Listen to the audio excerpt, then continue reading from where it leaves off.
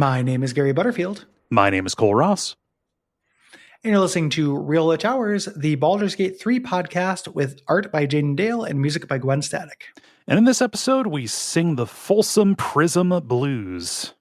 That's pretty good, right? Yeah, that's pretty good. Kind of a prison. Yeah. Recount the story of Orpheus in Legends and Lore.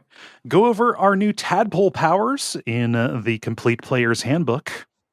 Help you decide which elemental is right for you in Combat and Tactics. Bemoan lost equipment and talk about suboptimal play in Up on the Soapbox.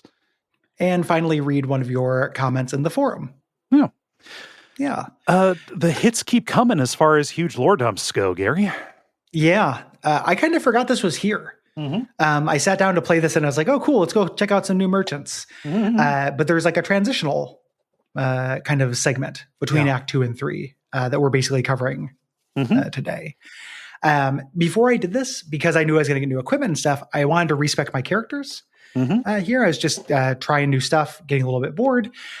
This did not work as well as I wanted it to. I'm going to talk about that a little bit up on a soapbox, but I did switch Astarion from a Storm Sorcerer to a Frost Wizard. Cryomancer. I wanted to use some of my synergy pieces I had.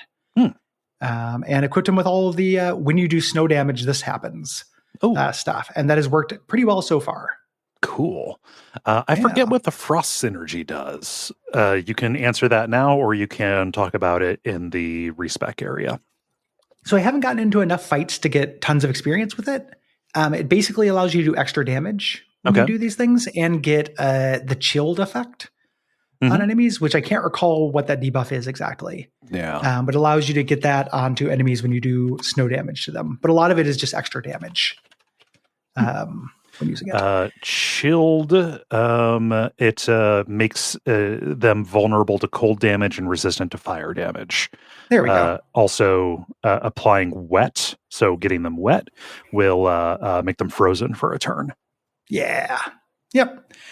So getting a little bit more crowd control out of my Astarion. Yeah. There. So last time we left the Shadow Curse land, but I can't remember this. So, like, what happened for you with the Dream Visitor? He says, basically, he sits down and says, we're heading into Baldur's Gate. We're going to need more allies for this.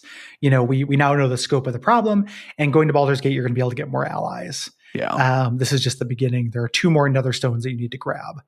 And this is reminds me a lot of Act 2 of Baldur's Gate 2, is giving you a reason for side questing. Yeah. Which I like a lot. Like in Baldur's Gate, the city itself, we're going to get a lot of our allies that we're going to marshal for the climax of the game. Many of which we've already gotten, but many more we'll get. Through this. So your reason to explore the city, I think, is cool. Yeah.